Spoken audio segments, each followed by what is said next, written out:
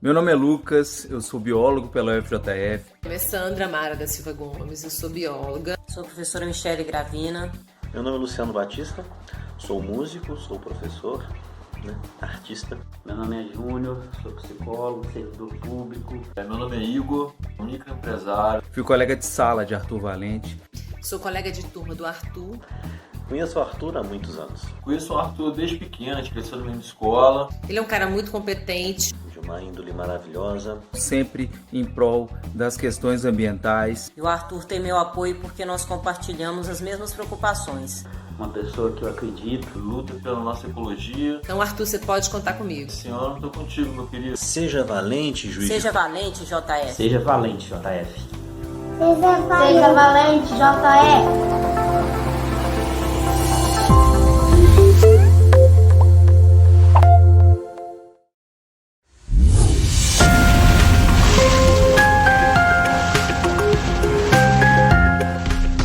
É possível termos o Rio Paraibuna despoluído e uma Juiz de Fora mais justa, diversa, humana e ecológica.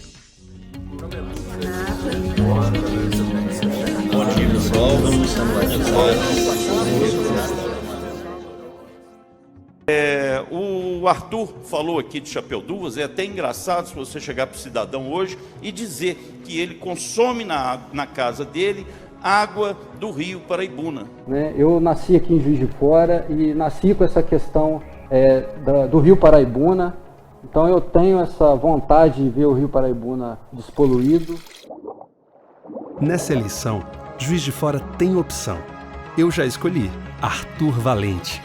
Arthur é pré-candidato a vereador pelo PT em favor do meio ambiente, da ciência e da defesa da vida. Jovem, com 38 anos, biólogo, ambientalista, marido da Débora, pai da Marina, natural aqui de Juiz de Fora. Juiz de Fora tem um potencial enorme com a represa de Chapéu d'Uvas, um grande desafio também.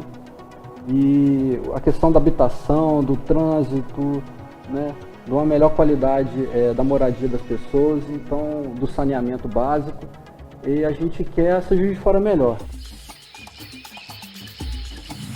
Estamos vivendo um momento político crucial.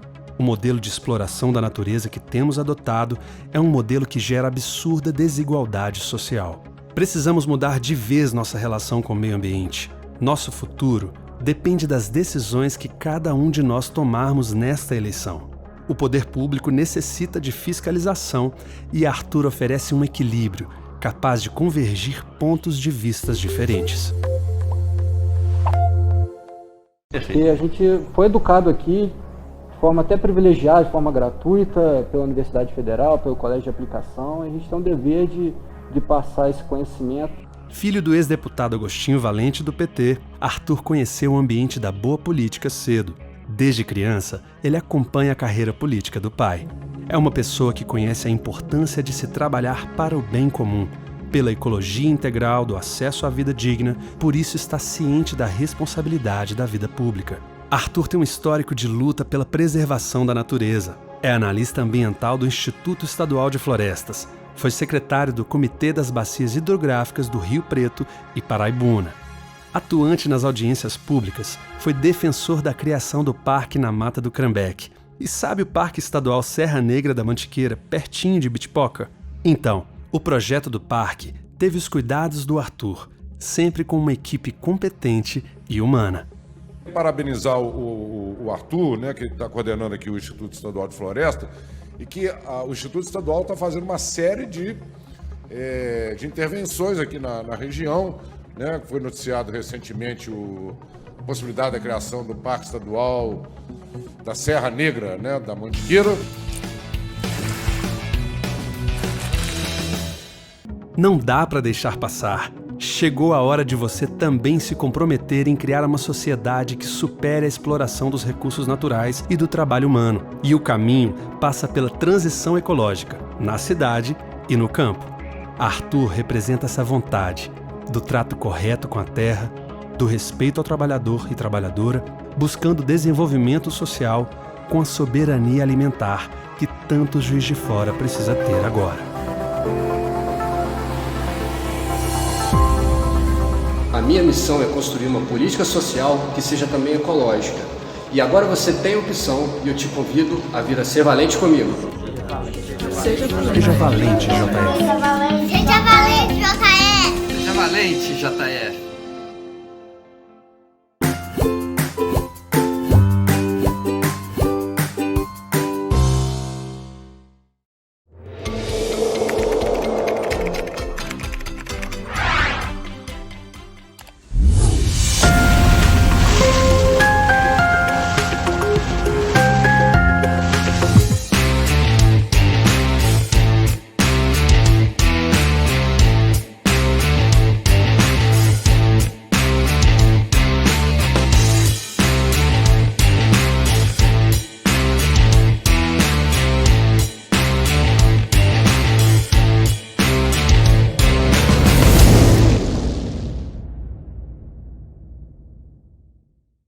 Sejam bem-vindos, esse é o primeiro programa do Ecoar TV JF. Nós aqui vamos falar muito de ecologia para a nossa cidade, para o nosso estado, para o nosso país. Convido a todos a assistirem as nossas séries que começam agora, todo sábado às 11 horas, nas nossas redes sociais. Temos também grupo no Facebook, Movimento Seja Valente Juiz de Fora. Acesse também sejavalentejf.com.br, conheça mais o nosso trabalho e acompanhe a gente nas redes sociais.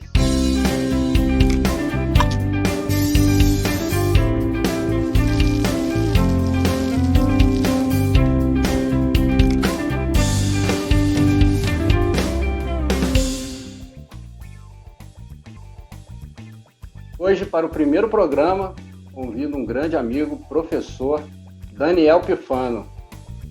Daniel, meu amigo, tudo bem? Beleza, Arthur, como é que você tá? Prazer enorme estar aqui com vocês. Bom dia, boa tarde para quem estiver assistindo também em outros horários aí, é um prazer enorme. Bacana, Daniel. Daniel, você tá onde nesse momento? Cidade? Bom, nesse momento específico, né, eu tô em Petrolina, Pernambuco, né, Juazeiro, Bahia, Petrolina, Pernambuco, Rio São Francisco, separando as duas cidades.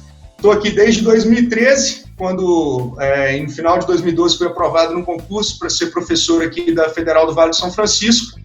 E estou aqui dando aula para biologia, para agronomia e, às vezes, para zootecnia desde 2013. Agora a gente está só no ensino remoto, né, por conta da pandemia, mas já saí de Juiz de Fora, a gente, né? Você também foi companheiro meu de pós-graduação. Eu saí mais cedo ainda que você, logo depois da graduação. Então, saí de Juiz de Fora em 2005, fiquei em Lavras até 2011, quando fiz mestrado e doutorado lá, a gente foi companheiro de doutorado também, né? E daí fiquei em 2012 em Juiz de Fora, trabalhando com consultoria, e no final do ano, graças a Deus, apareceu essa oportunidade, estou muito feliz aqui, me sinto extremamente útil, né? É um lugar muito carente, é um lugar que houve um sensível avanço social nos últimos 15 anos, né? E infelizmente a gente está vendo algum retorno aí a condições de fome, de miséria, de pobreza nesses últimos 2, 3 anos aí. A gente infelizmente está andando para trás, né? Mas é inegável que a própria universidade gerou um avanço e uma oportunidade de formação para as pessoas aqui que antes não tinham isso aí é inegável. Bacana. E como o nosso assunto é transição ecológica, a nossa plataforma aqui, esse desafio da pré-campanha para vereador em Juiz de Fora, você está em cima do Rio São Francisco, né? Então, o Velho Chico é um marco, né, do meio ambiente. E Juiz de Fora, que tem essa capacidade de educação enorme, sempre exporta boas pessoas para diversos lugares do Brasil, do mundo. E você está aí, representando Juiz de Fora, em cima do Velho Chico.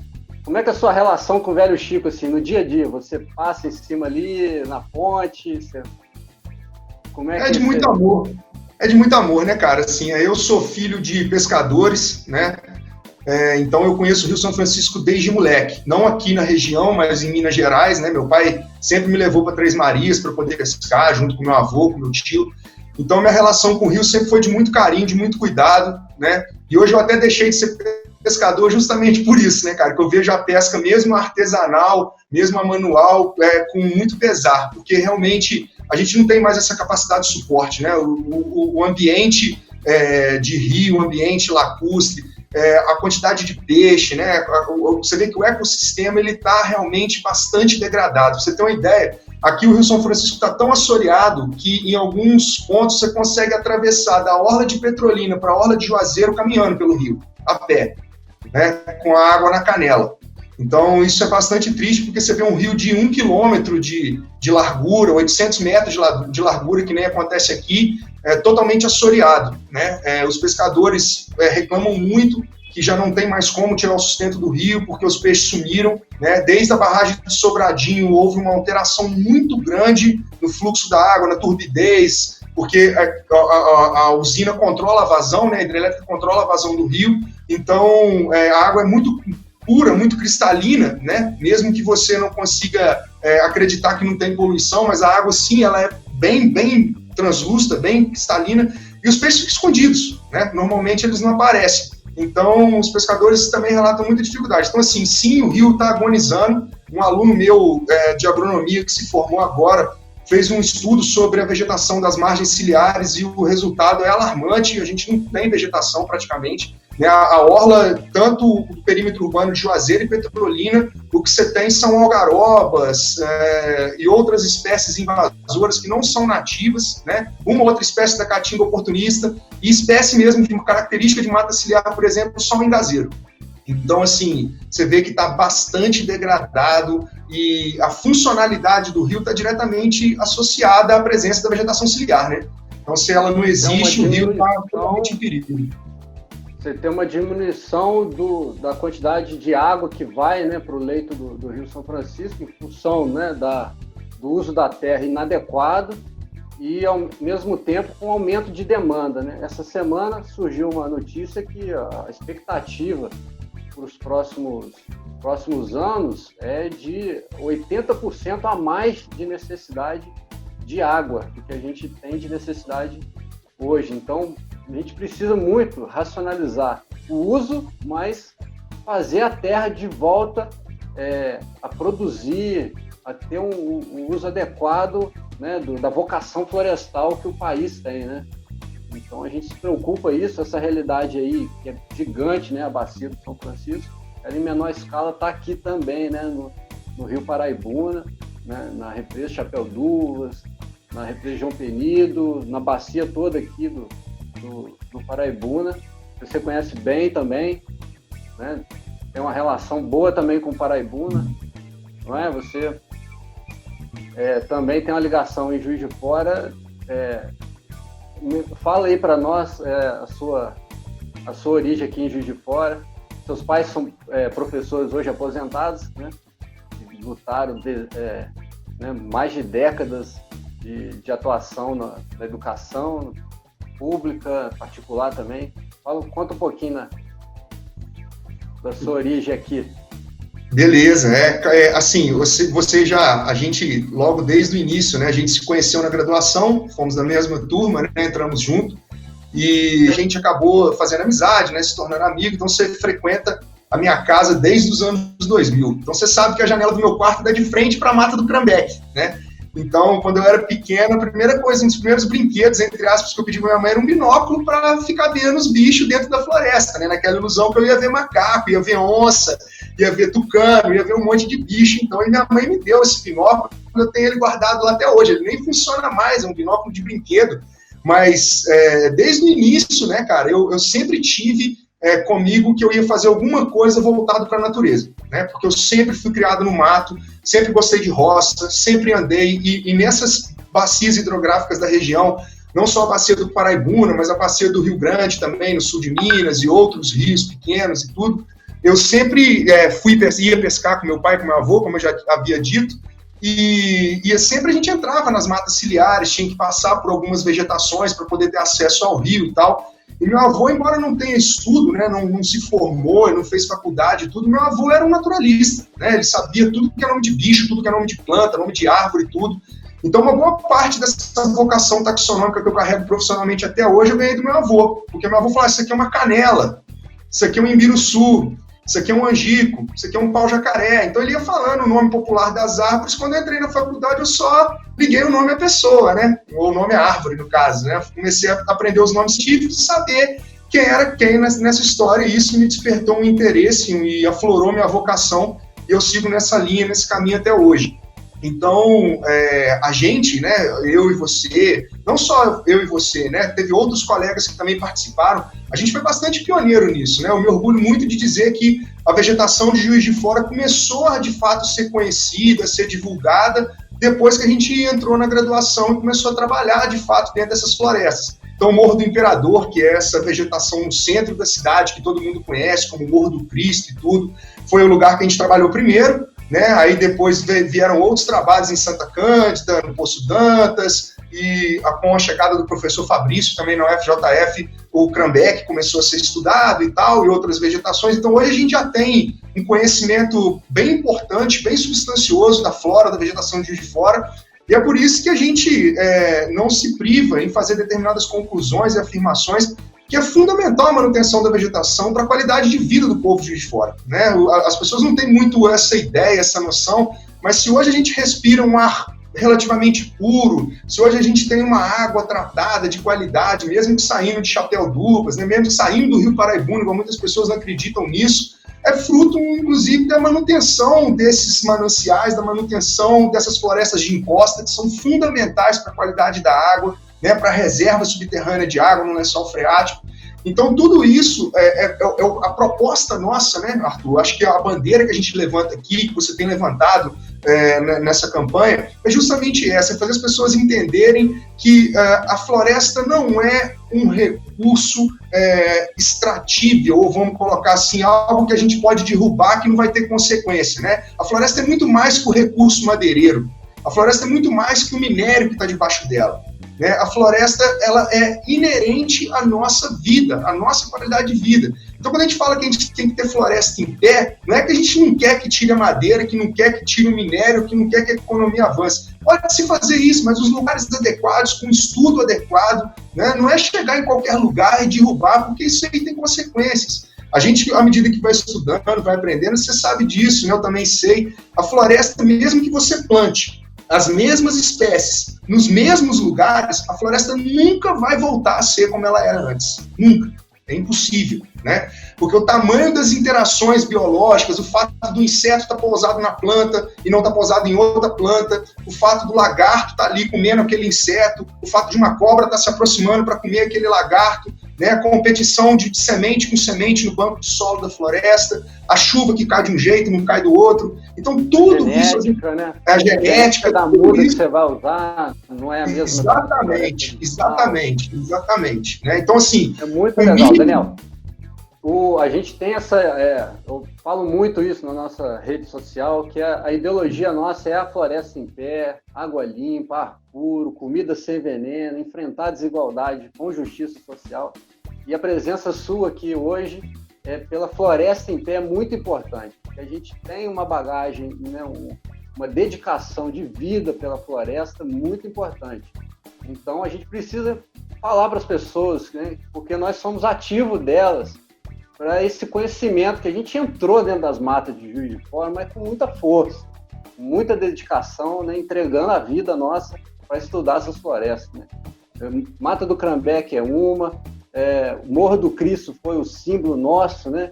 A gente, né, realmente publicou um artigo muito valioso, não só estudando árvores, mas todo tipo de espécie, né, botânica, cipós, né? Juiz de Fora é um paraíso dos cipós também, não é verdade? Muito! Aquelas bromélias também, bromélia de chão, bromélia epífica. As plantas rupícolas, né, que ficam em cima dos paredões de pedra também, a gente achou algumas espécies bem interessantes lá, sem dúvida. Até tem uma canela de velho, né, no paredão do morro. Isso, veloz, né? Exatamente. Nanus applicata. Nanus applicata, exatamente, né, que eu não sei se transformou em veloz, eu não tenho acompanhado muito essas mudanças taxonômicas por pura falta de tempo, mas é incrível, né, cara, assim, como tudo isso é muito rico, né. Quando a gente descobriu o Cisampelus verticillata, que era a primeira ocorrência para o Brasil, a gente teve ali nossos 15 minutos de fama e tudo, porque era uma planta que as pessoas não sabiam, que tem uma diferença de uma espécie que não é conhecida para a ciência para uma espécie que é registrada pela primeira vez em um determinado local, que foi o caso, né? Mas aquilo ali foi um estandarte muito importante, né? Aquilo ali mostrou para todo mundo que os fragmentos, mesmo que pequenos, isolados, eles conservam a diversidade, é importante a manutenção deles. Então, a gente fala assim, aquele capãozinho de mata ali não importa, pode cortar que não tem problema. Não, tem sim, tem muito problema, tem muita espécie de pássaro, tem muita espécie de mamífero que depende desses fragmentos para poder se abrigar, para poder se alimentar, então, para poder se reproduzir, então nidificam nesses lugares. Então, assim, isso é o foco principal, eu acho, né, Arthur? As pessoas têm que entender isso. Essa visão antropocêntrica de que a natureza foi criada para nos servir, isso aí é passado, a gente tem que ultrapassar isso é urgente, a gente tem que entender que a gente é uma engrenagem, e do mesmo jeito que os dinossauros se tornaram inviáveis, a gente também está se tornando. Então a nossa extinção também está aí, está batendo na porta. Não adianta negar isso e achar que isso não existe. Se a gente continuar modificando o ambiente na velocidade e na severidade que a gente está modificando, nosso fim está próximo. A sua filha tem 5, 6 anos, meu filho tem 3 anos. Que mundo que a gente vai deixar para eles? Né? Essa é uma motivação muito forte, né, cara? Essa educação e o mundo que a gente vai deixar para os filhos, que a gente está pegando emprestado deles, né? Exatamente. Eles vão receber emprestado para depois entregar para os filhos. E a emergência climática é muito, muito evidente, né? Isso já era um motivador nosso para encarar a política mais fortemente. A pandemia ressalta mais essa questão ambiental.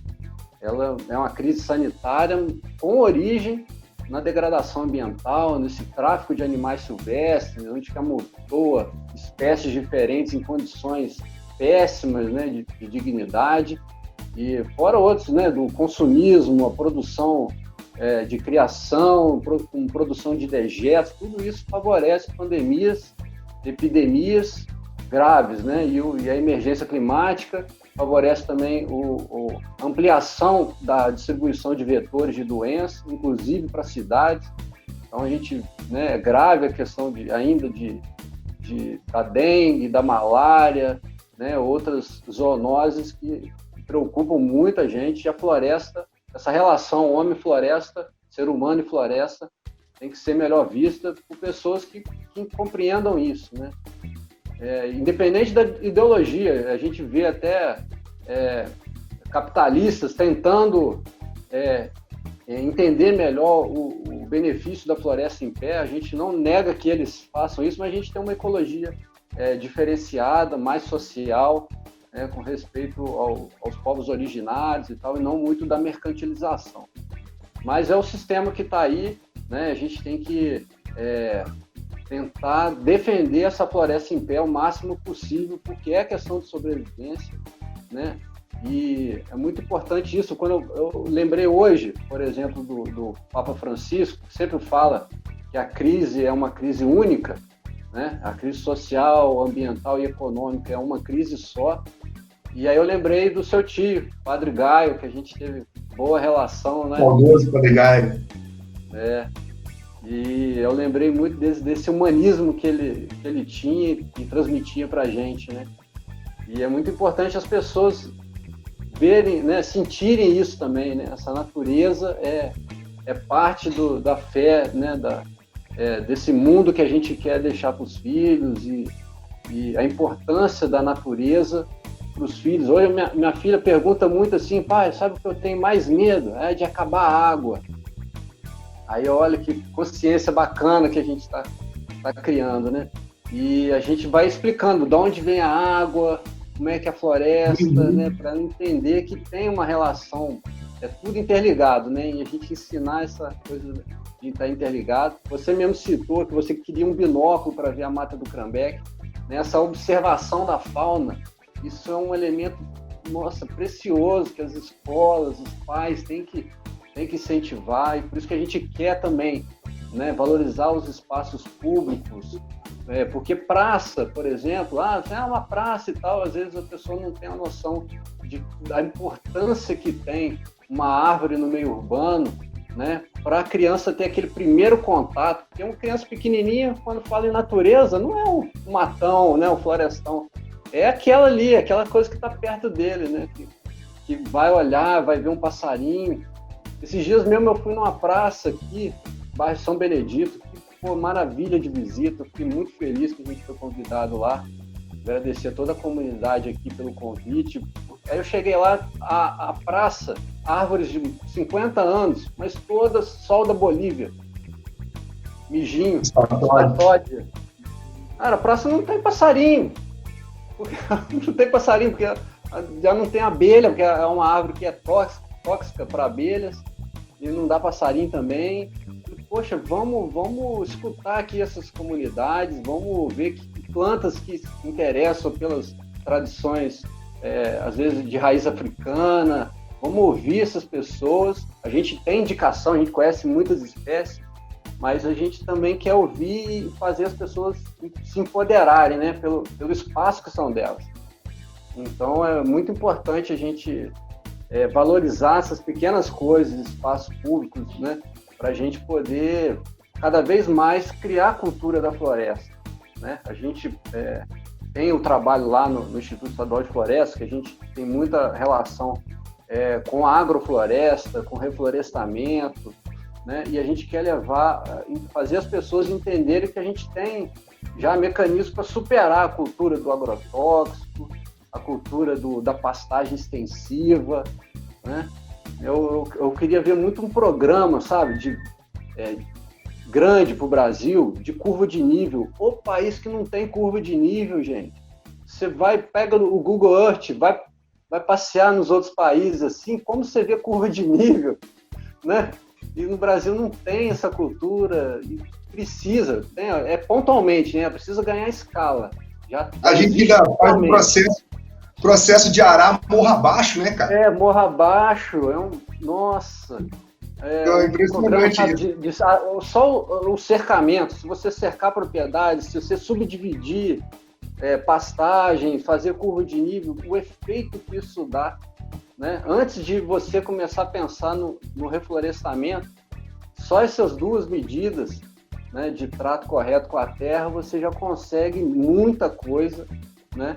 Sem interferir. O cara tem a cultura do gado, mas dá para evoluir, né? Ainda assim, você tem uma pesquisa aqui perto de Juiz de Fora, que é, por exemplo, a carne neutra. Ele produz a carne que tem todo as emissões dele do gado compensada com o plantio de floresta. Então é possível compatibilizar, né? E a gente quer trazer essa possibilidade porque valoriza mais o produto daquele produtor, né? Então a gente quer botar ênfase nisso. A gente tem condição de superar muitas coisas que são tradição no Brasil, que atrasam o país, deixam o país naquela tradição do subdesenvolvimentismo, que é muito ruim, né? E a gente está com essa expectativa boa de fazer essa interligação cidade e campo, né, com muita propriedade, falando de espécies. Acho que falta muito, né, a gente falar de espécies, que tipo de espécie a gente quer. O açaí da Mata Atlântica, né, precisa falar mais do palmito jussara, que é o açaí da Mata Atlântica. E se você pegar o palmito, vai cortar a palmeira, mas se você pegar o fruto e saber que o açaí da Mata Atlântica é até mais gostoso que o açaí da Amazônia.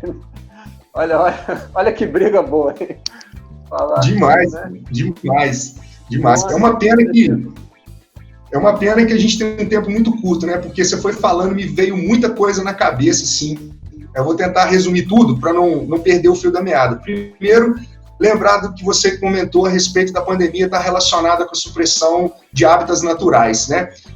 Tudo isso é verdade e está muito mais próximo da gente do que a gente pensa, né? Então, para as pessoas que negam isso, vou dar só 2 exemplos. Há pouco tempo a gente teve o caso do macho da onça pintada, que estava saindo do Crambeque, que estava ficando ali na região da rodoviária e tudo mais, até ser capturada e ser solta. Isso aí é um caso clássico, né? É o bicho saindo da área dele e indo para a zona urbana para caçar alimento ou para se refugiar, o que aumenta o contato do bicho, né? Seja o contato direto através de algum resíduo de urina, de fezes, de saliva, de pelo, de alguma coisa, que pode vir a contaminar uma pessoa que tenha contato com isso depois. Então tá aí o caso clássico de que sim, os bichos silvestres podem transmitir alguma coisa para a população porque eles estão em contato direto com a população, porque o hábitat original dele está suprimido. Outro caso, há poucos anos atrás, teve um surto de febre amarela que começaram a colocar a culpa nos primatas, né? A vez do macaco, tinha gente atirando pedra em macaco, matando os macacos, você lembra disso, né? Matando bugio, matando macaco prego, matando sauá, sabe? Então, assim, essa visão deixa a gente muito triste, cara, porque o caminho não é esse. O bicho não tá passando doença pra gente porque ele quer, não. Ele não tá batendo na nossa porta falando assim, vou te passar aqui uma febre amarela porque você merece. Não é isso, não. É a gente que tá lá bulinando, atrapalhando, suprimindo, matando, destruindo, degradando. E aí o bicho não tem outra alternativa, senão buscar refúgio em outro lugar, buscar alimento em outro lugar. Então não tem como negar isso. Né? Isso aí está batendo na nossa porta. Exemplo, eu dei só 2 exemplos, mas existem outros, vários aí que a gente vê o tempo todo. Né? Outra coisa importante também que você falou a respeito da questão da alimentação, né? E de aproximar o campo da cidade e tudo mais.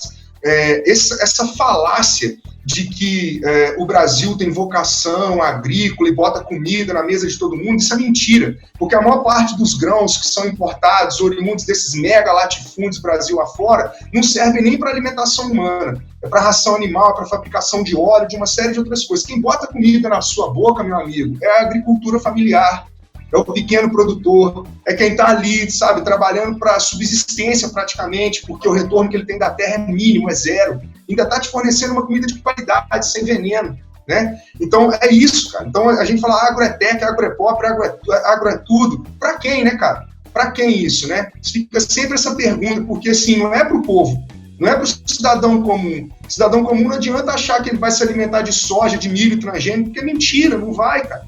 E quando ele ingere isso aí, normalmente é veneno, né? A maioria das pessoas hoje sofre de rinite alérgica, de refluxo. O que é a rinite alérgica e o refluxo? É o retorno que o seu corpo está te dando do veneno que você está mandando para dentro de você. Nada mais do que isso. Seu corpo está dizendo para você assim, olha, você está respirando um ar podre, você está comendo uma comida envenenada. Entende? Então, assim, a gente acha que isso é doença de estresse, é mal do século, é ansiedade, é isso. Não, cara. Faz parte do dia a dia e da forma como você está interagindo com tudo, até com a sua própria comida, com o ar que você respira. Então, tá na hora de mudar isso, cara. Tá na hora de mudar isso, assim, urgentemente, né? A gente não pode mais viver nesse status quo que a gente estava vivendo antes, sabe? Se a gente não começar a entender que os processos que a gente imprime sobre a natureza têm retorno, e esse retorno normalmente é numa severidade, numa magnitude muito maior do que aquela que a gente emitiu de início, tá aí de tsunami, furacão, chuva num lugar, seca no outro, toda a mudança climática, gafanhoto, né? As respostas elas estão aí, só não vê quem não quer. Então tá passando da hora das pessoas entenderem isso, e é isso que você falou, cara. A gente tem papel fundamental, a gente educa os nossos filhos dessa forma, não é só porque a gente tem formação, é porque a gente acredita que esse é o único jeito da gente sobreviver e se perpetuar de forma holística, sustentável, harmônica. Fora disso, cara, a gente está sendo um hipócrita, essa é a grande verdade, porque todo esse discurso não favorece o cidadão comum, favorece quem tem dinheiro, né? Favorece a quem tem latifúndio, a quem já está muito bem estabelecido e tem uma ambição muito maior, muito mais desmedida. Até eu coloquei no meu Instagram há pouco tempo uma frase do Carl Sagan falando isso, né? O universo não é obrigado a estar em sintonia, em harmonia com a ambição humana. E é justamente isso aí, né, cara? É justamente isso. A gente tem que se encaixar nessa sintonia. Não é? É isso. O sistema aí é cruel, né? Esse sistema que está aí, que vive de crise, né? Precisa da crise para ampliar mercado, que às vezes está saturado. E a lógica dele é sempre explorar o meio ambiente, porque é onde ele consegue, de forma pioneira, né, extrair bens, né, para produzir, e em cima também da exploração do trabalho humano, né? Sempre for mais barato para eles acumular riqueza, ele vai fazer. Então a gente tem que estar precisando, pela ação política, controlar esse sistema, né? O poder econômico já é muito forte, já é um poder muito, muito poderoso, e a gente tem que ter, na política, pessoas com consciência, né, ambiental, ecológica firme, né, para poder a gente controlar esse sistema que é muito cruel, né? E esse sistema está até se apropriando dessa coisa do verde, e é perigosa, né? Você vê igual teve essa notícia aí recente como é que é o empresário lá que faz essas baterias gigantes, e ele esqueci o nome dele agora, ele fez uma declaração agora em relação à Bolívia, que ele vai dar o golpe aonde ele achar que tem que dar. E ele está atrás lá dos minérios da Bolívia. Não tem dúvida, né, cara? E, pô, é bem cruel isso, né? Me permita só fazer uma colocação para somar em cima disso que você está falando. Qual é a base da nossa economia? Bem de consumo primário. Né? A nossa economia gira em cima de bem de consumo primário, normalmente de produto natural não renovável. É minério, né? Geração de energia, extração de produtos naturais, madeira, etc., lenha, carvão para geração de energia. Então, a gente pensa no seguinte, né? Você trabalhou em várias mineradoras no licenciamento ambiental, como eu trabalhei, prestando consultoria. Independente da mineração, você consegue ver o tamanho do impacto. Né? Em Minas Gerais, por exemplo, a gente vê montanhas inteiras sendo jogadas para o chão, que é algo assim surreal. Você vê a montanha toda na sua frente, você passa lá 2 anos depois, cadê a montanha? Sumiu, virou poeira. Né? E aí quando você passa na BR, seu carro enche de fuligem, enche de material particulado, você tem até que parar para limpar o vidro. Então olha o tamanho do impacto disso, cara.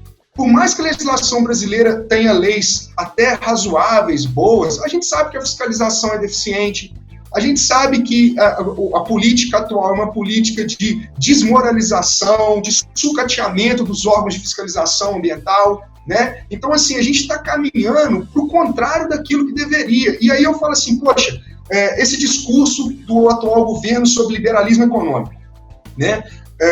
A que preço e a que custo isso? Será que, de fato, o Brasil tem essa vocação eterna para ser colônia? Será que não está na hora da gente se modernizar, desenvolver tecnologia, avançar com a nossa indústria? Porque a gente está lá explorando minério de ferro para vender isso a $100 a tonelada para a China, por exemplo, para comprar um microchip desse tamanhozinho a $2.000. Essa conta não fecha, né, cara? A gente continua sendo colônia até hoje. Então, que ideia é essa de liberalismo? Que ideia é essa de construção de nação? Que a gente está fazendo, literalmente, acabar com tudo que é natural, cara. É destruir, é degradar o máximo possível para tirar isso aqui de lucro, isso aqui de benefício. Aonde que isso aí vai diminuir a desigualdade social, vai gerar emprego, vai melhorar a qualidade de vida, vai sobrar para investir em educação, em saúde? É interesse dos países que estão na hegemonia, aí, na disputa pela hegemonia, que a gente permaneça na condição subdesenvolvida, de preferência caindo, né, ao que já foi mais altivo, né, como política externa do Brasil. Então, agendas que, por exemplo, a presidência hoje adota, ela é uma agenda que nem os próprios países capitalistas de primeiro mundo adotaram para si. É uma agenda que eles impõem para nós. E nem a reflexão sobre isso ou defesa do país contra essa crueldade, né, é feita. Então, né, a gente tem que, novamente, né, frisar que a política é muito importante. Quando as pessoas atacam um político ou um partido político, no fundo, é essa ideologia, né, do primeiro mundo que impõe sobre a gente a permanência de condição de subdesenvolvimento. E a gente tem que superar isso. O Brasil é riquíssimo, uma vocação florestal gigante, né, um país mais biodiverso do mundo, né, uma riqueza, né, de biomas, de espécies, de pessoas, de povos tão grande, né? E temos condição, a gente entende que tem condição de virar esse jogo e a gente não pode fugir à luta, né? De jeito nenhum, cara. Um exemplo disso que você está falando. A mineração é um caso, né? Nós estamos em Minas Gerais falando, né, de uma coisa que está cheio de, vamos dizer, bombas armadas pelas barragens, né? Como que tiver barragem em área de preservação permanente? É muito absurdo isso, né? E a flexibilização que tanto fala, o meio ambiente, né? O sistema de meio ambiente é que atrapalha o desenvolvimento. E aí essa flexibilização é que gera barragens tão vulneráveis, né? Capazes de destruir rios, né? Inteiros, como o Rio Doce, né? O Paraupeba, uma coisa muito ruim, né? Olha as consequências que isso traz no momento que a gente precisa de mais água boa e essas mineradoras né, que acabam financiando esse discurso, né, da flexibilização, do afrouxamento das leis. No fim é isso, porque eles, quando tem um crime ambiental assim, acabam ficando impunes, né? Quem é criminalizado em uma condição dessa é aquele que é consultor, né? Quem morre é o trabalhador, é quem mora ali perto, a jusante da barragem. Então, a gente tem que ter na política pessoas que são capazes de olhar essa questão da segurança das barragens, né, das compensações, para tornar efetiva a compatibilização. Se é possível compatibilizar, isso tem que demonstrar que é, senão a população não vai acreditar, não vai ficar desacreditada, desorientada socialmente, né? E o Brasil é muito rico para ficar rico no sentido de pessoas, de riqueza natural, para ficar... Daí você vê o absurdo que cogitar se minerar na Amazônia, né? É um absurdo, assim, que não tem precedentes, né, cara? Devia ser um ponto pacificado. A Amazônia não pode ser minerada nunca, pela questão hídrica e pela questão de relevo, né, geológica também. Não dá, é incompatível isso, não é impossível, não dá para se minerar na Amazônia. Né? Por mais rentável que seja o minério que está ali de baixo, pode ser ouro, amigo, não dá para tirar, é impossível. Ambientalmente é insustentável, é de um impacto irreversível, não dá. É absurdo, totalmente absurdo. A gente não come o ouro, né? A gente precisa da água que vem chover, né? Sai lá da Amazônia e vem chover no Sudeste brasileiro. Então, e é ouro para fabricação de joia, né, amigo? Ouro para fabricação de joia, né, cara? Ninguém nasce com joia pendurada, né? Ninguém nasce, né, cara? Joia não é algo que, por mais bonito que seja, é indispensável para nossa existência. Eu tive a oportunidade de ir no Pará 2 vezes, né? E lá tem a riqueza de biodiversidade gigante, e lá tem joias, biojoias, né? Feitas com palmeira, o frutinho da palmeira, faz uma pérola. Pô, maravilha, cara. Fica bonito. Pra que a gente vai ficar tão apegado a metais, né? Nossa, a gente tem que virar esse jogo e a gente acredita nisso, não é? Eu conto com você, cara. Ah, obrigado.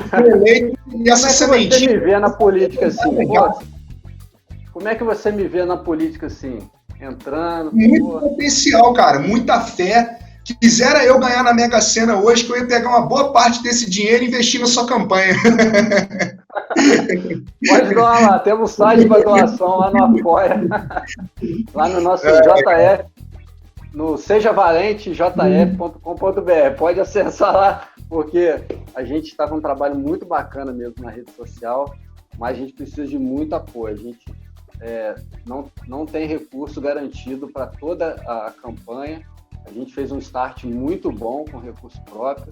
A gente precisa de um apoio, porque a causa ambiental é muito necessária para a gente superar todo esse lobby do poder econômico, valorizando, né, a capacidade do povo, né, da população bem educada, com, né, sintonia com a questão ambiental, social, econômica, né, com a repartição dos benefícios, né, e não a exploração e concentração da riqueza. Você vê que...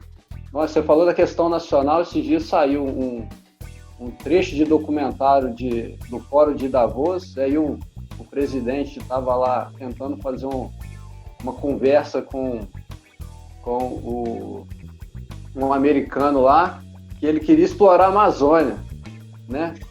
E aí eu falei assim, não sei o que você está falando, não. Eu falei, pô, cara... Eu vi isso, cara. Falou do Cirquis, não foi? falou que conhecia o Sirkis, que era amigo do Sirkis. Isso, do Sirkis. Não, eu tenho contra ele, a ditadura. Na luta armada, eu lutei contra ele. Na luta armada, que foi muito mal explicado, o regime militar. É muito triste, né? A gente tá muito carente, Aí Arthur. por isso até que veio hoje, pô, eu comprei até o Valor Econômico, acho que foi até uma resposta a esse vídeo divulgado, porque vários empresários, alguns ambientalistas, não sei quais, estão nesse início de movimento pela preservação da floresta em pé, no conceito deles, né? Mas ainda assim é importante porque eles estão vendo que o centro capitalista europeu, né, mundial, ele valoriza muito a questão da energia. Então a gente não pode fugir disso.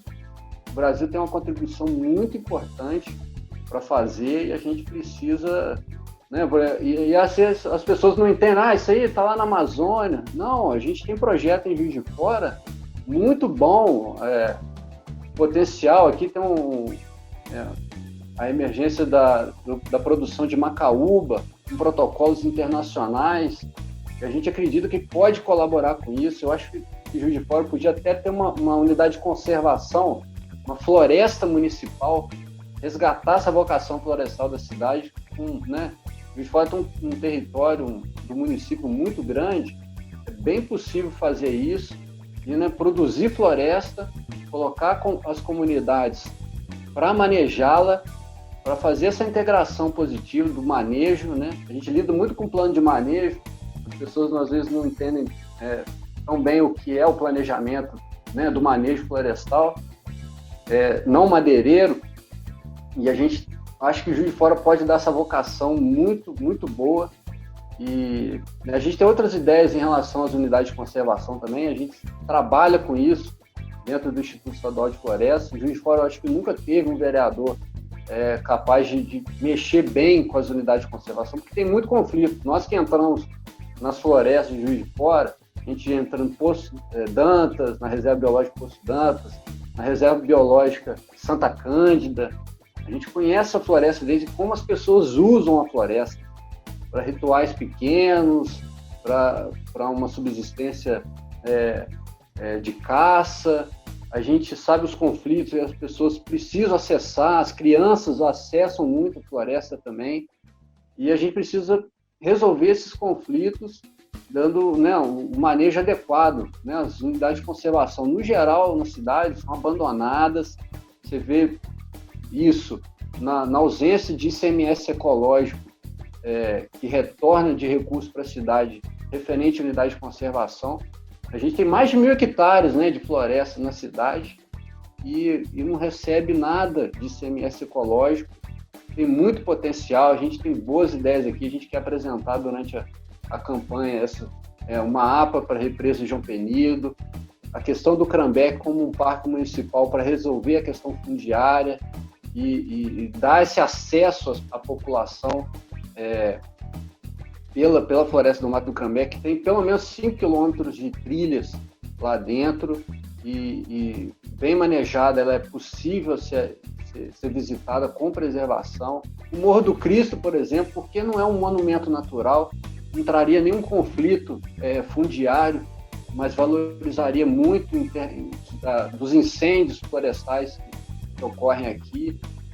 Valadares também tem uma serra de quartzito que é belíssima e poderia ser uma unidade de conservação. Então Pedreira do Jung, onde eu fiz escalada também, de montanhismo ali, é uma escola de montanhismo, né? Existe uma mineradora ali de um lado, né, já muito antiga, por que não? Acho que é da legislação ambiental brasileira que a mineração invista em unidade de conservação e está completamente abandonado a área com um potencial gigante.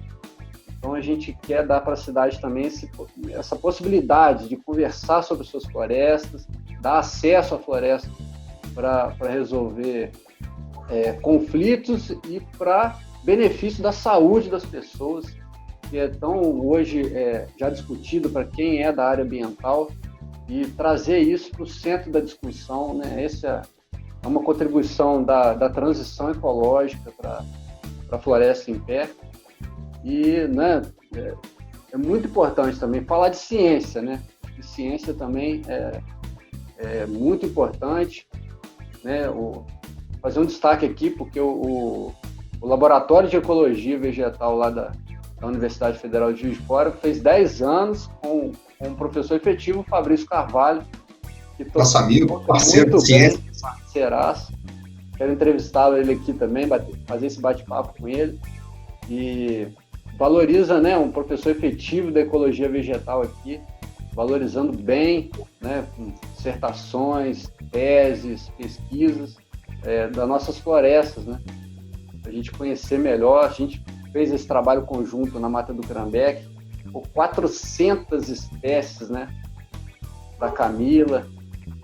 Muito bem feito o trabalho, né, 400 espécies numa área de quantos hectares ali, né, 80 hectares ali do Jardim Botânico, mais um pouco de pesquisa na APA da Mata do Crambeque, que ainda tem mais potencial ainda para saber, descobrir novas espécies, e foi muito bom, né? Você imagina, cara, 400 espécies diferentes, que riqueza maravilhosa, né? Juiz de Fora realmente tem que saber a sua vocação, né, dessa área agroflorestal, florestal, que até o Jardim Botânico ele é uma agrofloresta abandonada, né? Ele tem no subbosque regenerada, né? Isso. Regenerada há muitos anos. Eu acho até que esse café que tem lá, ele deve ter uma genética muito boa, né? Porque ele resistiu também ao abandono, né?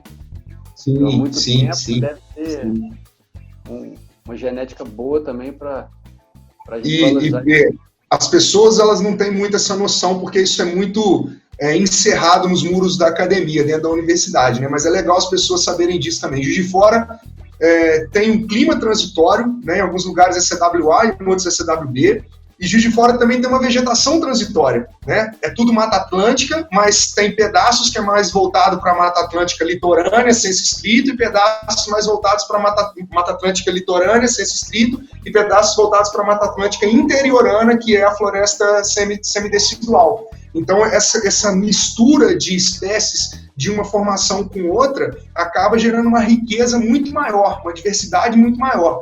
Então, é exatamente isso. A gente tem que preservar essa diversidade, porque Juiz de Fora não é um lugar único em relação a clima e a vegetação. É um lugar misturado, um lugar heterogêneo, um lugar ecotonal, e tudo isso precisa, de fato, ser preservado em unidades de conservação e outras políticas públicas, né, não só unidade de conservação, crédito verde, selo verde, como você mesmo mencionou, que é super importante, porque isso sim impacta e influencia diretamente na vida das pessoas. E as pessoas precisam entender isso, porque isso também precisa sair dos muros da academia. As pessoas precisam ter acesso a essa informação, a esse conhecimento, justamente para entender que a manutenção dessas áreas verdes na cidade pode e, consequentemente, vai aumentar, melhorar a qualidade de vida delas, né? No dia a dia, no uso do espaço, no ar que se respira, na água que se bebe, na relação com a diversidade, na educação ambiental, né? A gente se aproximar mais dessa visão holística que está mais próximo do sustentável. Se o desenvolvimento sustentável existe mesmo, de fato, e não é uma utopia, certamente ele passa por essa mudança de paradigma, por essa mudança de visão. E nisso eu te parabenizo pelo mais esse pioneirismo. Você é um cara pioneiro em muitas coisas, né? A gente foi pioneiro nos estudos da vegetação de Juiz de Fora, e agora você está se arriscando aí a colocar o seu nome à disposição da sociedade de Juiz de Fora para essa carreira política, que eu tenho certeza, irmão, vai ser vitoriosa, assim como a sua carreira de cientista, sua carreira de analista ambiental no IEF também é. Então, tomara que a gente consiga êxito, tomara que a gente consiga sucesso, porque Juiz de Fora está precisando demais desse tipo de representação. Não só Juiz de Fora, o Brasil como um todo. A gente precisa de mais cientista na política, a gente precisa de mais cientista ocupando cargos em secretarias, né, dentro dos executivos, prefeitura, estado, federação. Então, essa evasão de cérebros que a gente está vivendo hoje também é catastrófica. Os principais cientistas do Brasil estão indo embora porque a ciência no Brasil está sendo espremida como uma laranja, né, e desvalorizada em detrimento de fundamentalismo religioso. Nada contra nenhuma religião, mas as coisas têm que, cada uma, ser separada e vista dentro da sua realidade. E a partir do momento que a gente substituir uma realidade com a outra, isso aí é catastrófico e a gente está vivendo isso, lamentável. Então, boa sorte, meu irmão. Tomara que a gente consiga isso aí. Vamos ter fé e vamos trabalhar. Daniel, brigadão pelo bate-papo de hoje. Vamos conversar mais. Tá? Estou à disposição, estou às ordens, irmão. Eu agradeço demais também, obrigado, e convoco todo mundo aí que vai nos assistir, está nos assistindo, a acompanhar o trabalho do Arthur, acompanhar a nossa campanha, porque a gente tem muito a somar, muito a contribuir, e a gente não é o salvador da pátria e nem vai instalar os dedos e mudar tudo de uma hora para outra, não. Mas a gente vai começar um trabalho, vai plantar semente e vai colher os frutos, eu tenho certeza absoluta disso, passo a passo, devagar e com muito trabalho. Obrigadão, Daniel. Valeu, Arthur. Beijo na família. Então, você, pra família. Valeu, cara. Um abraço.